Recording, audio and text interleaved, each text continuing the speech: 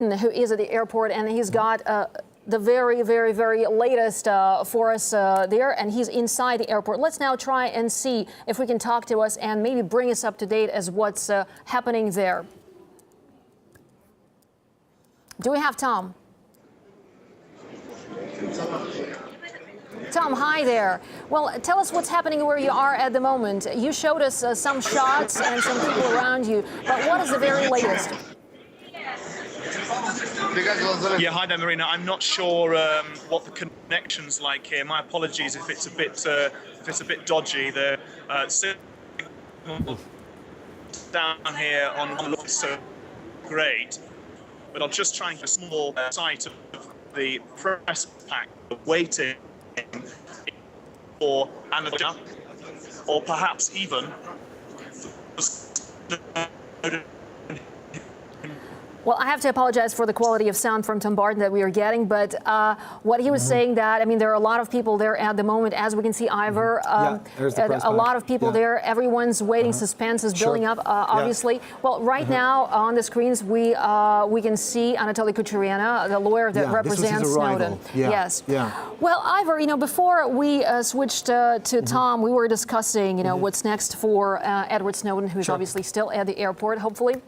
And specifically his, you know, sort of Russian stage, you know, that's about to start once he comes out of the airport. So talk us through how this happened and how, you know, he made this decision, what obviously led up to this. We were talking about this, but just bring us your viewers up to date. Let's not forget that everybody knows the name Edward Snowden. Of course. Edward Snowden is a whistleblower. Yeah. And he's a very special category of human being.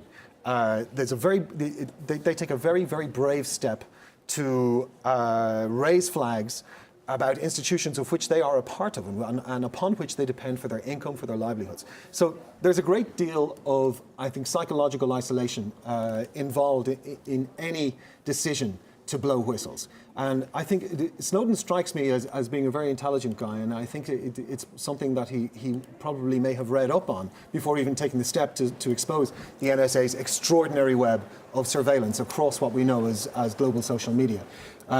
So I think Snowden's probably feeling a little bit isolated. I think right now he's looking at some light at the end of the tunnel in that he can get out of this. Well, you know, while he's looking at the lights at the end of the tunnel, figuratively speaking, of course, I'm just getting some latest information there that he has submitted documents at an immigration checkpoint at this stage. So there's something happening as we speak. We cannot see right now for obvious reasons, but that means he'll finally be able to leave the transit zone of Moscow's Sheremetyevo Airport, where he's believed to have been staying for more than a month now, ever since arriving from Hong Kong.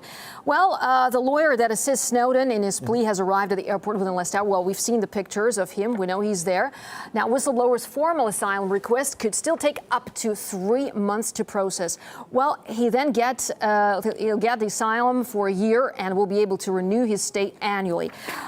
Well, the thing is, something is happening at the moment. There's some action going on. That's good. And Edward Snowden might be able to leave the airport anytime soon. Our correspondents are there waiting for him. While that is happening, let's now continue to talk about his fate and the options that are for him on the table. What do you think will be happening once he steps out of the airport? That's a tough question to answer right now. I think we've listened to Anatoly Kucherian, who's over the last week or so, who's been the face of the Snowden camp, at least in Russia. He has briefed the press to the effect that he would certainly be making a statement to the press after his meeting with Snowden, which I guess is taking place right now in Terminal E. We're not sure whether Snowden's going to attend that. Personally, I doubt it. I doubt it very much. I dare say the guy is probably a little bit media shy at this stage, and I think he's walking on eggshells legally, internationally. I think he'll be very, very careful to try and stay out of the media limelight. Well, while Snowden was at the airport and in limbo, as we were saying before, I mean, his case attracted huge international attention and media attention as well. Let's now focus on the U.S. and Russia relationship and how they were affected by Snowden's visit and his revelations. Yeah, well, I think this... Ivor, sorry, I have to interrupt you here because I'm hearing that we can now talk to our correspondent Lindsay France, who's outside of the airport, and she might tell us what's happening there at the moment. Hi there, Lindsay. So do update us what's going on where you are now. Hey guys, yeah, it's been a long wait. It's been a very long day waiting for Edward Snowden to make an appearance. And just as the skies open up and people are going home for work, that's when the action really starts. His advisor made his way through the crowd just a couple of minutes ago, actually, up to 20 minutes ago, with a brown bag. It's reported that some fresh clothes and some fresh documents, meaning that he will be able to actually leave the airport finally and actually walk around in Russia and in Moscow and possibly call this new place his home.